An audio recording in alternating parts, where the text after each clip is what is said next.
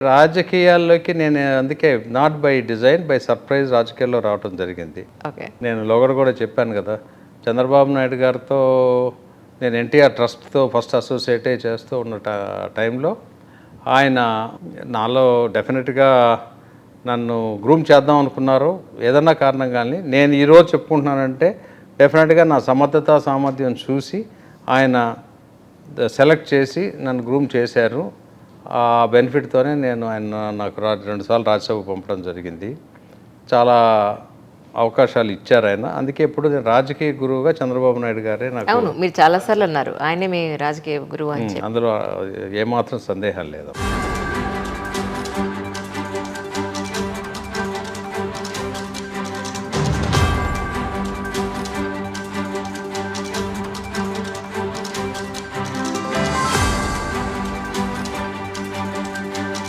ఇన్నాళ్ళు ఆయన అసోసియేషన్లో ఆల్మోస్ట్ 10-15 ఏళ్ళు మీరు ఆయనతో కలిసి ఉన్నారు.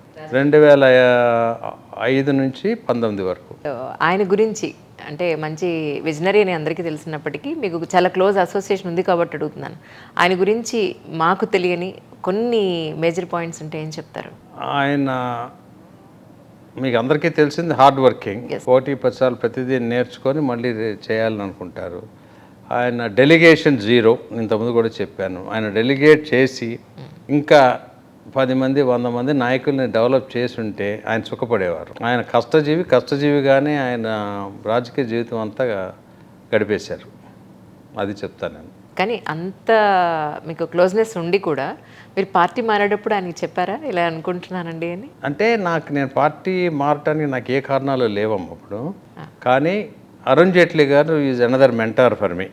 రాజకీయ గురువు అయితే కేంద్ర ప్రభుత్వంలో పనిచేసేటప్పుడు ప్రధానమంత్రి గారి దగ్గర నేను కొన్ని నేర్చుకున్నాను. ఏ పని అయినా శ్రద్ధగా బెస్ట్ ఎఫర్ట్ పెట్టి చేయాలి అనేది. బట్ రాజకీయంగా 2010 నుంచి కూడా అరుణ్ జైట్లీ గారు నాకు చాలా సన్నిహితంగా ఇదయ్యారు. ఒక పెద్ద అన్నలాగా ఆయన నాకు సలహాలు సంప్రదింపులు ఇచ్చేవారు. ఆ రోజు నేను రాజకీయాలకి అనవసరం నాకు, ఎందుకంటే 2018-19 జరిగిన పరిణామాలు నాకు డెఫినెట్గా అది ఇలా జరగబోతుందని నేనేం జ్యోతిష్కం కాదు, కానీ నేను ఢిల్లీలో ఉంటూ నాకు జరుగుతున్న విషయాలు తెలిసి చెప్పడం జరిగింది. కానీ పొరపాటో ఏదన్నా కానీ అప్పటి నాయకుడు చంద్రబాబు నాయుడు గారు ఆ డెసిషన్ తీసుకొని ఎన్డీఏ నుంచి బయటికి రావడం జరిగింది. అయినా సరే 1 ఇయర్ ముందే నేను రాజకీయాల నుంచి బయటకు వచ్చేయాలి అని ఇంకొక పెద్ద మనిషి దగ్గరికి వెళ్ళాను. నేను ఆయన పేరు చెప్పడం మంచిది కాదు, కరెక్ట్ కాదు. వెళితే ఇప్పుడు నువ్వు రిజైన్ చేసి బయటకు వెళ్ళిపోతే తెలుగుదేశం పార్టీకి చంద్రబాబు నాయుడు గారికి నష్టం జరగడానికి అవకాశాలు ఉన్నాయి. ఓడినా గెలిచినా నువ్వు ఎలక్షన్స్ అయిన తర్వాత నువ్వు కావాలనుకుంటే రాజకీయాల నుంచి బయటకు వెళ్ళిపోవచ్చు అని సలహా ఇచ్చారు. 2 సార్లు రాజ్యసభ చేసిన వ్యక్తి ఎలక్షన్స్ ముందు రిజైన్ చేసి వెళ్ళిపోవటం అనేది నెగిటివ్గా ఉంటుంది. ఎలక్షన్స్ అయిపోయినాక నేను అరుణ్ జైట్లీ గారి దగ్గరికి వెళ్ళాను. ఇంకా ఇప్పుడు పవర్ సెంట్రిక్ అవుతూ ఉంది ఇక్కడ ప్రాంతీయ పార్టీల్లో. ఇది అంటే ఎలక్షన్ రిజల్ట్స్ వచ్చే వరకు ఆగు, ఎట్లా ఉంటుందో పరిస్థితి అనేది. ఆ రోజు డెఫినెట్గా ఫుల్ మెజార్టీ వస్తుందా రాదా, ఇక్కడికి వస్తే మళ్ళీ చంద్రబాబు నాయుడు గారితో ప్యాచప్ చేసుకోవాల్సి వస్తుందా అనే ఉద్దేశంలో ఉన్నట్లుగా ఉన్నారు వాళ్ళు. ఆగమంటే ఆయన మాట కాదనలేక ఆగాను. ఎలక్షన్స్ అయినాక పరిస్థితి అందరికీ తెలిసిందే. అప్పుడు ఆయన నన్ను కాదు, నీ టైప్ ఆఫ్ పర్సన్కి it's too early to quit politics, national పార్టీలో చేరు నువ్వు, నా మాటను అని చెప్పి అప్పుడు ప్రధానమంత్రి గారి దగ్గర నుంచి ఫోన్ చేయించి తర్వాత అమిత్ షా గారు పిలిపించి తదుపరి కార్యక్రమం జరిగింది. అప్పుడు కూడా నేను బాబు గారికి ఫోన్ చేసి చెప్పాను. ఆయన ఏవి నన్ను వెళ్ళొద్దని చెప్పలా, కానీ ఆయనకి ఇన్ఫర్మేషన్ అయితే ఇచ్చాను సార్. కానీ మీరు ఇక్కడ ప్రజెంట్ విజయవాడ వెస్ట్లో ఉన్న సమస్యలు, మీరు గుర్తించిన సమస్యలు అంటే ఏం చెప్తారు సార్? అది బిగ్ లిస్ట్ అమ్మా. అది ఒకటి కాదు. కొండ ప్రాంతం వాళ్ళకి అసలు పైకి ఎక్కాలంటే చాలా కష్టం, మెట్లు. నేను నిన్న వాళ్ళ టెంపుల్కి వెళ్ళాను, మహాలక్ష్మి టెంపుల్కి. 300 మెట్లు ఒకసారి ఎక్కి దిగటం ఓకే, బట్ ఎవ్రీడే అన్ని మెట్లు ఎక్కటం, అక్కడికి గ్యాస్ సిలిండర్ తీసుకెళ్లాలన్నా, ఏదన్నా సామాన్ తీసుకెళ్లాలన్నా, బియ్యం బస్తా తీసుకెళ్లాలన్నా, కన్స్ట్రక్షన్ చేసుకోవడానికి సిమెంట్ తీసుకెళ్లాలన్నా, స్టీల్ తీసుకెళ్లాలన్నా చాలా కష్టమైన పని అది. వాళ్ళు పాపం ఉండటానికి ఇల్లనే, కానీ వాళ్ళకి మరి వెనకటి నుంచి వచ్చిన కారణాల వలన లేకపోతే స్తోమత లేక ఆ పరిస్థితుల్లో ఉంటున్నట్లుగా కనపడింది నాకు. రోడ్లు అనేవి లేవు, అసలు ఖాళీ బాటనే రోడ్డు కింద చేశారు ఇప్పుడున్న పరిస్థితుల్లో. అన్నీ ఎక్కువ ఎత్తులు పల్లాలు, ఓపెన్ డ్రైనేజ్ సిస్టము, కరెంటు తీగలు ఇష్టానుసారంగా పడి ఉన్నాయి, అవి ఎవరికైనా షాక్ కొట్టచ్చు, కేబుల్ నెట్వర్క్ వైర్లు. ఏదన్నా అపాయం జరిగితే అంబులెన్స్ కానీ ఫైర్ ఇంజిన్ కానీ వెళ్ళాలంటే కూడా అప్రోచ్ లేదు. ఘోర పరిస్థితుల్లో ఉన్నారు వాళ్ళైతే. వాటన్నిటికీ పరిష్కార మార్గం అయితే కనుక్కోవాలి ఎట్టి పరిస్థితుల్లో. తర్వాతకి అనేక సమస్యలు వాళ్ళకంటూ ఆ ఏరియాకి ఒక పెద్ద హాస్పిటల్ లేదు, ఆ ఏరియాకి మంచి స్కూల్స్ లేవు, ఎవరికి వాళ్ళు ఉంటున్నారు. కానీ అది మినీ ఇండియాగా చెప్పుకోవచ్చు. భారతదేశంలో ఉన్న కుల మతాలు, సంస్కృతులు, సంస్కారాలు అన్నీ ఉన్నాయి అక్కడ. ఇంకా నేను కొంచెం లోతుగా వెళ్తే ఎక్కువ ఉత్తరాంధ్ర నుంచి వచ్చిన వాళ్ళు ఎక్కువ ఉన్నారు మా ఏరియాలో. అందరూ కలిసిమెలిసి ఉంటున్నారు, హిందూ ముస్లిం అందరూ కూడా, ఎస్సీ ఎస్టీ బీసీ అందరూ ఉంటున్నారు. కానీ వాళ్ళ జీవన ప్రమాణాలు పెంచడానికి అనేక అవకాశాలు కనపడుతున్నాయి. అది అత్యంత high density of the population. 2.5 లక్షల ఓట్లు అంటే కనీసం 3,25,000 మంది అక్కడ నివసిస్తూ ఉన్నారు. 2.5 ఎకరాల 2.5 కిలోమీటర్ల రేడియస్లోనే ఉంది మొత్తం constituency. Right. So which is I think very very high density of population. 3.5 లక్షలు అంటే సింగపూర్ వాళ్ళ ఓన్ ఇమిగ్రెంట్స్, వాళ్ళ ఓన్ సిటిజన్స్ 4 లక్షలే ఉన్నారు అంతే. 4 మిలియన్స్ అనుకుంటా, 4 మిలియన్స్. సో ఇది 4 మిలియన్స్ అంటే సుమారుగా 40 lakhs అంటే 10% ఆఫ్ సింగపూర్. సో ఆ విధంగా సింగపూర్ లాగా డెవలప్ చేస్తాం అలా అని నేను అంటల్లా. పాపులేషన్ వైజ్ అర్థమైంది సార్ నాకు. పాపులేషన్ వైజ్ మాత్రం చెప్తున్నాను, 10% ఆఫ్ ది పాపులేషన్ అది. కానీ అక్కడ జనాలు నేను అనుకోవడం ఇప్పుడు మీరు చెప్తుందని బట్టి అక్షరాస్యత కూడా అంతంత మాత్రంగానే ఉండొచ్చు కదా సార్? డెఫినెట్గా చాలా తక్కువ ఉందమ్మా. ఎడ్యుకేషన్ కూడా తక్కువ ఉంది. ఏదో చిన్న చితుకు ఉద్యోగాలు చేయటం, చిన్న చిన్న స్మాల్ స్కేల్ ఇండస్ట్రీస్ ఉన్నాయి అక్కడ. అంటే నేను విన్నది ఏంటంటే అలాంటి ప్రాంతంలో ఉన్న ప్రజలకి కూటమి నుంచి ఇగో రాజకీయంగా ఈ కూటమి ఇలా ఏర్పడింది, మన ఇక్కడ ఏపీలో ఉన్న రాజకీయ పరిస్థితులు ఇలా ఉన్నాయి, ఇవన్నీ వాళ్ళకేం తెలియదు. వాళ్ళకి తెలిసింది ఏంటి అని అంటే ఎవరో పెద్ద ఆయన వచ్చారు, ఆయనకి బాగా డబ్బులు ఉన్నాయి, ఆయన మాకేదో కొంత న్యాయం చేయకపోతారా అన్న పాయింట్లో మీతో మాట్లాడడం జరుగుతోంది అని నేను విన్నాను. అంటే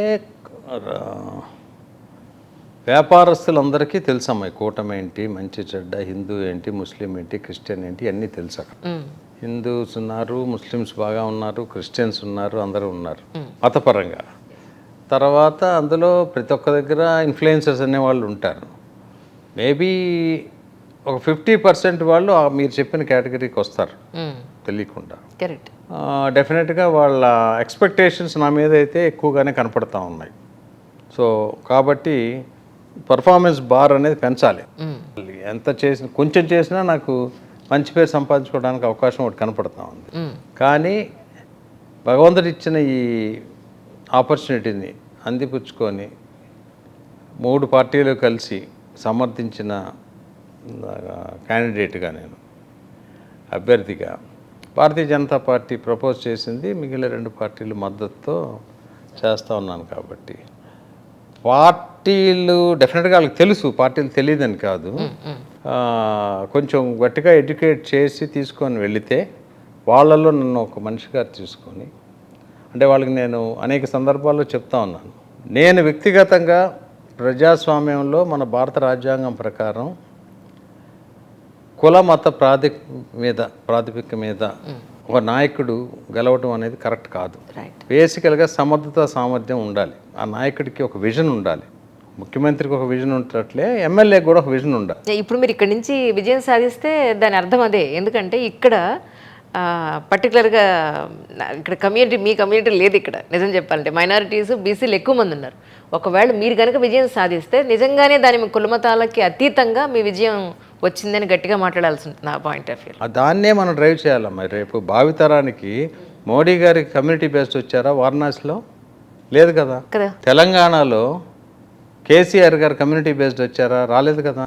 అట్లా ఎగ్జాంపుల్స్ తీసుకుంటా వెళితే చాలా ఉన్నాయి. ఫర్ ఎగ్జాంపుల్ రాజమండ్రిలో బుచ్చయ్య చౌదరి గారి కమ్యూనిటీ లేదు అక్కడ. వైజాగ్లో వెలగపూడి రామకృష్ణ ప్రసాద్, ఆయనకి కమ్యూనిటీ లేదు.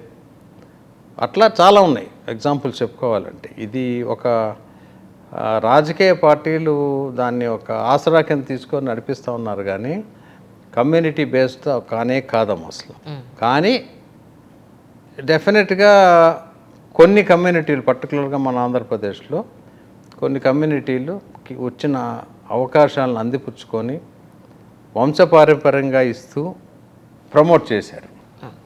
సో ఇప్పుడు తన మన కుల మత ప్రాంతీయ భేదాలకి అతీతంగా సమర్థత సామర్థ్యం కలిగిన యువతీ యువకుల్ని తీసుకురావాలి అనేది నా ధ్యేయం. ఒక ఎమ్మెల్యేగా నేను అక్కడ ఏం చేయగలనంటే లిమిటెడ్ ఇది ఉండొచ్చు.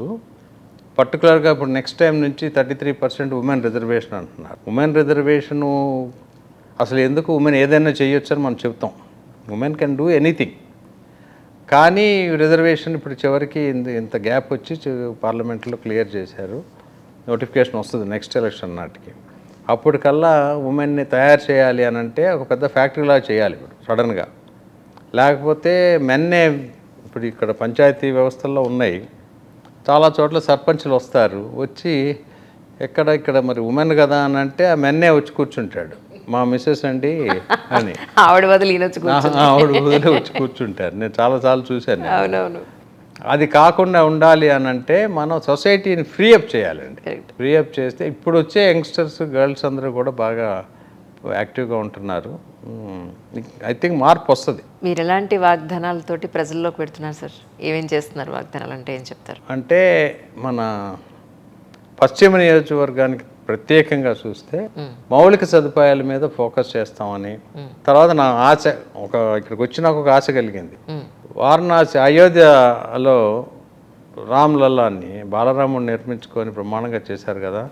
మనకి కనకదుర్గమ్మ తల్లి ఉంది, ఇంద్రకీలాద్రిని మంచి స్పిరిచువల్ సెంటర్గా చేయడానికి అవకాశాలు చాలా ఉన్నాయి. ఇక్కడ గాంధీ హిల్స్ ఉన్నాయి.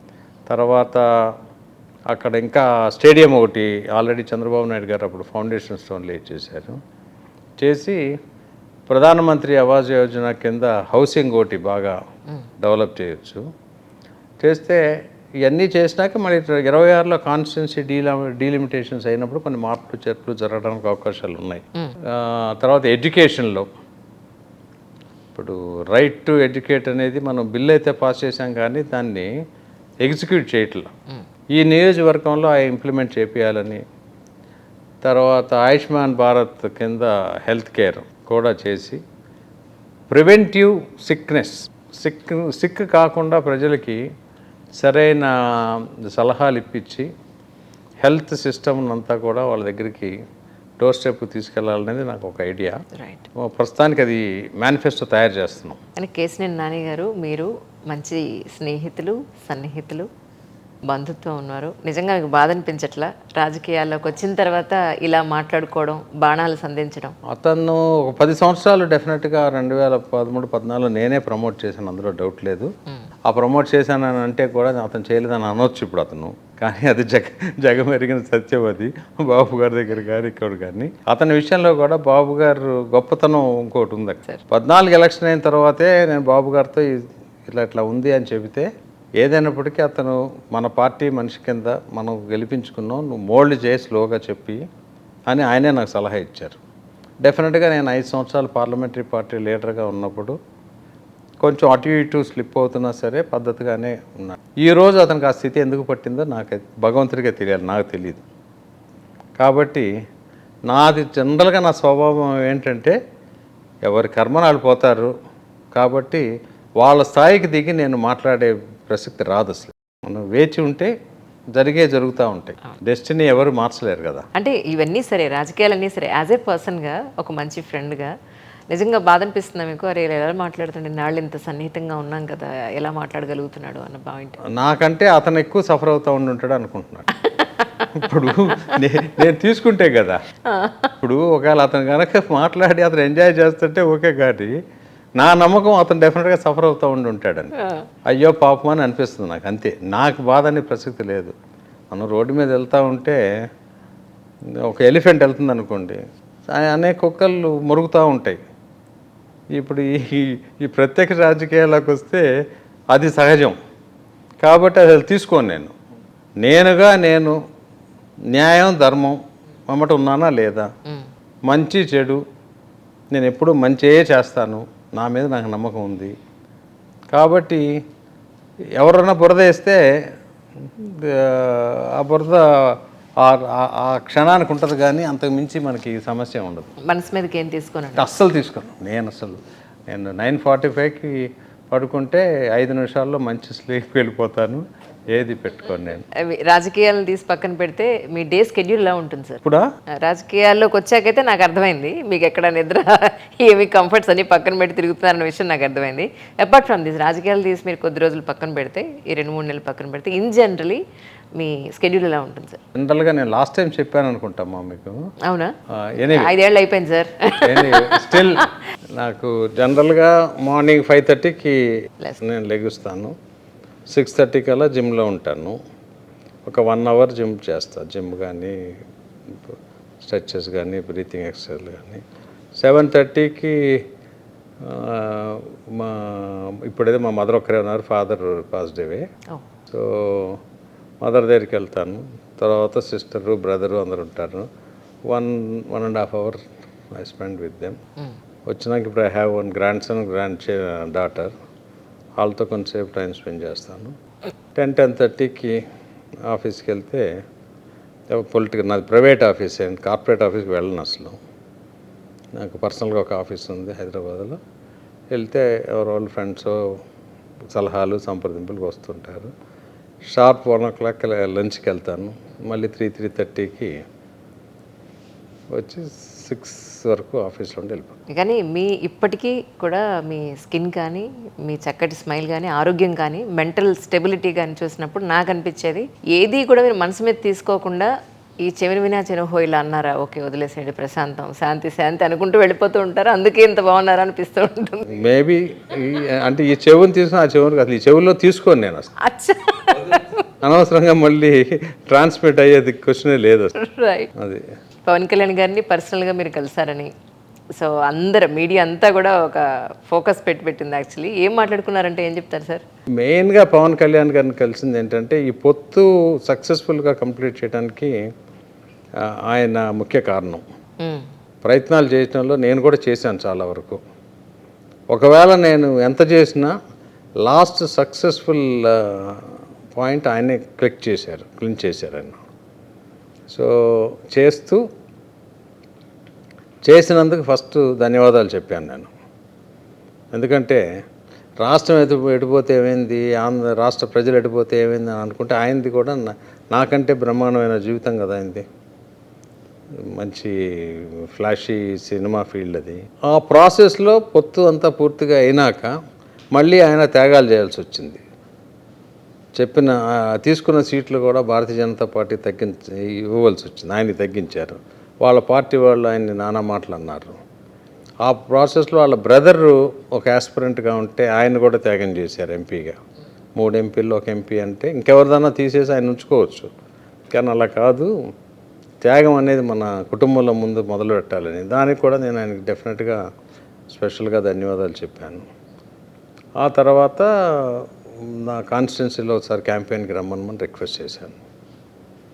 సో అదే పద్ధతిలో నేను బాబు గారిని కూడా కలిశాను కదా. కానీ నిజానికి ఏపీలో పొత్తు అనేది ప్లస్సా మైనసా సార్? ఎందుకంటే ప్రజల్లో కొంతమంది ఖచ్చితంగా ఈ కూటమి అనేది ఇంత అవసరం ఉందా, ఎవరికి వాళ్ళు ఇండిపెండెంట్గా చేయొచ్చు కదా, కూటమి వల్ల కన్ఫ్యూజన్స్ చాలా ఉన్నాయి అనేది కొంతమంది అంటున్నారు. దీని మీద మీ అభిప్రాయం ఏంటి, మీ స్టాండ్ ఏంటి? ఇప్పుడున్న పరిస్థితుల్లో పొత్తు కరెక్టేనమ్మా. ఇంకా కొంచెం ముందు కనుక పొత్తు ఉంటే ఈ మాత్రం డిస్టర్బెన్సెస్ కూడా ఉండేవి కాదు. ఎందుకంటే 2019లో కూడా పవన్ కళ్యాణ్ గారు తెలుగుదేశం పార్టీ పొత్తులో వెళ్ళుండుంటే అంత దారుణమైన పరిస్థితి ఉండేది కాదు తెలుగుదేశం పార్టీకి. కారణాలు ఏదన్నా కానీ డెఫినెట్గా ఇప్పుడున్న పరిస్థితుల్లో కుల సమీకరణాలు కానీ ఇంకోటి కానీ తర్వాత ప్రత్యర్థి అన్ని విధాలా బలపడిన పరిస్థితుల్లో డెఫినెట్గా బాబు గారు ఎంతసేపటికి రాజ్యాంగాన్ని గౌరవించాలి, ప్రజాస్వామ్యం ఇలా చేయాలి అలా చేయాలి అని ఆయన ఓల్డ్ స్కూల్ ప్రాసెస్ని ఫాలో అవుతూ వచ్చారు నాకు తెలిసినంతవరకు. కాబట్టి ఇవన్నీ కొన్ని సమస్యలు రావటం జరిగినాయి వాళ్ళ పార్టీకి. లేకపోతే చంద్రబాబు నాయుడు గారిని జైల్లో పెడతాం అనేది అదొక వింత. అంటే శూన్యం నుండి సమస్యను సృష్టించినట్లుగా ఆయనకి అలా పెట్టారు. ఈ రోజున పవన్ కళ్యాణ్ గారి స్టేట్మెంట్లో చూస్తూ ఉంటే ఓటు యాంటీ ఇన్కంబెన్సీ ఓటు విభజన అవ్వకూడదు, వేస్ట్ కాకూడదు అనేది ఆయన పాయింట్. ఆ విషయంలో ఆయనతో నేను ఏకీభవిస్తాను.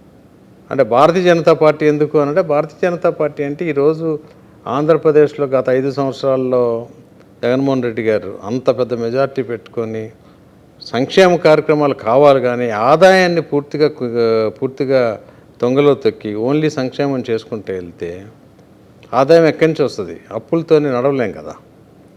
ఆ విషయంలో మాత్రం దుర్భర పాలన చేశారు ఆయన, అందులో డౌటే లేదు. అంటే మీ ఉద్దేశ ప్రకారం జగన్ గారికి ఎన్ని మార్కులు ఇస్తారు? ఆయన రాజకీయ చతురత్వంలో ఆయనకి 9 out of 10 ఇవ్వచ్చు. రాజకీయ చతురతలో సరే, ఇక్కడ ఏపీ డెవలప్మెంట్ పాయింట్ ఆఫ్ వ్యూలో ఆయన పరిపాలనలో ఆయనకి 2.5 మార్క్స్ కంటే ఎక్కువ ఇవ్వలేమమ్మా అసలు. అంటే రేపు ఏమిటి అనేది కాకుండా ఇన్స్టిట్యూషన్స్ అన్నిటినీ నాశనం చేశారు. తర్వాత హ్యూమన్ రిసోర్సెస్ డిపార్ట్మెంట్ అనే దాన్ని పూర్తిగా పాటు చేశారు. ఒక ఇటుక కూడా పెట్టిన పాపాన పోలేదు. మరి ఎలా సస్టైన్? ఇప్పుడు ఎవరైనా సరే రేపొద్దున ముఖ్యమంత్రి అయితే హెర్కులెన్ టాస్క్ అది ఎవరైనప్పటికీ. డెవలప్మెంట్ అనేది చాలా పెద్ద టాస్క్ అది actually. Development for the purpose of facility ఒకటమ్మ. ప్రజలకి ఇప్పుడు పోలవరం కంప్లీట్ చేస్తుంటే ఆదాయం పెరిగి ఉండేది, వ్యవసాయం పెరిగి డెఫినెట్గా ఆదాయం పెరిగి ఇన్కమ్ పెరిగేది. అంటే మీ ఉద్దేశ ప్రకారం ఎందుకు కంప్లీట్ అవ్వలేదంటారు sir Polavaram? Lack of political will, అసలు అప్రోచ్ లేకుండా. ఈ 5 సంవత్సరాల్లో నేను అబ్జర్వ్ చేసినంత వరకు ఢిల్లీలో ఏ ఒక్క ఎంపీ కూడా రాష్ట్రానికి కావాల్సిన చట్టంలో ఉన్నాయి కానీ చట్టంలో లేని విభజన చట్టం ప్రకారం మనకు అనేక హక్కులు వచ్చినాయి, అవి తెచ్చుకోలేదు, వాటికి పర్సూ చేయలేదు. సెంట్రల్లీ స్పాన్సర్డ్ స్కీమ్స్కి స్టేట్ గవర్నమెంట్ కాంట్రిబ్యూషన్ చేయక బోల్డంత డబ్బు వేస్ట్ అయిపోయింది. దాంతోపాటు ఆదాయం పెంచడానికి ఫోకస్డ్గా క్లస్టర్స్ కానీ గ్రోత్ ఇంజన్స్ కానీ ఎక్కడా పెట్టలేదు. ఎంప్లాయ్మెంట్కి ఇప్పుడు మనకి ఇప్పటికీ ఆంధ్రప్రదేశ్లో పిల్లలు గ్రాడ్యుయేషన్ అయిపోయినాక మళ్ళీ ఇప్పుడు హైదరాబాద్ అమీర్పేట్ సెంటర్కో హైటెక్ సిటీ ఏరియాకో లేకపోతే వలస వెళ్ళాల్సిన పరిస్థితి, బెంగళూరుకో మద్రాసుకో వెళ్తానే ఉన్నారు. ఆ పరిస్థితి అంటే ఫస్ట్ రాంగ్ స్టెప్ అతను తీసుకుంది, క్యాపిటల్ని కిల్ చేశాడు.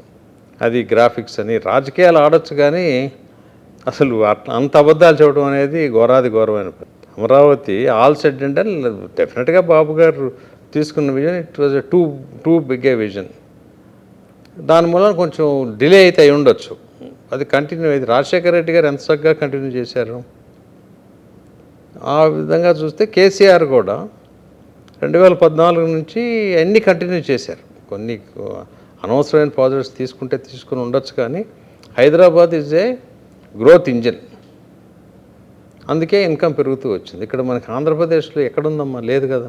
కానీ ప్రతిపక్షాలు అడిగే ప్రశ్న నేను అడుగుతున్నాను, మీరు తప్పుగా అనుకోవద్దు. మిమ్మల్ని ఆంధ్ర మాల్యాతో పోల్చడం మీకు ఎలా అనిపించింది అంటే ఏం చెప్తారు? ఇప్పుడు నాకు ఏదైనా ఉంటే కదా నేను ఏమైనా బాధపడటానికి.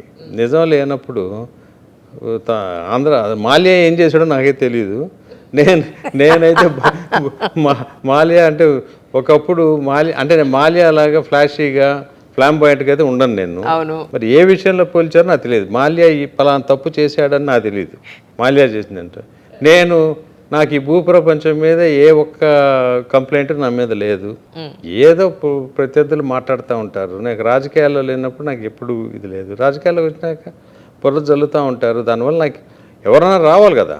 నేను ఎవరికన్నా ఇప్పుడు మన భారత రాజ్యాంగం ప్రకారం ఎవరినన్నా మర్డర్ చేస్తానో, మర్డర్ అటెంప్ట్ చేస్తానో, లేకపోతే ఇంకెవరికైనా ఫోర్జరీ డబ్బు అప్పు చేసి అప్పు కట్టకపోయినా తప్పు లేదు, అది కూడా లేదు నాకు. మా కంపెనీలో నేను సొంతగా నాకు అప్పు చేయాల్సిన పరిస్థితి ఎప్పుడు రాలా, భగవంతుడు నాకు ఎప్పుడు కలిపిలా. కంపెనీలో ఒకవేళ తీసుకుంటే 10 రోజుల ముందో ఆలస్యంగానో కట్టేసి ఉంటారు.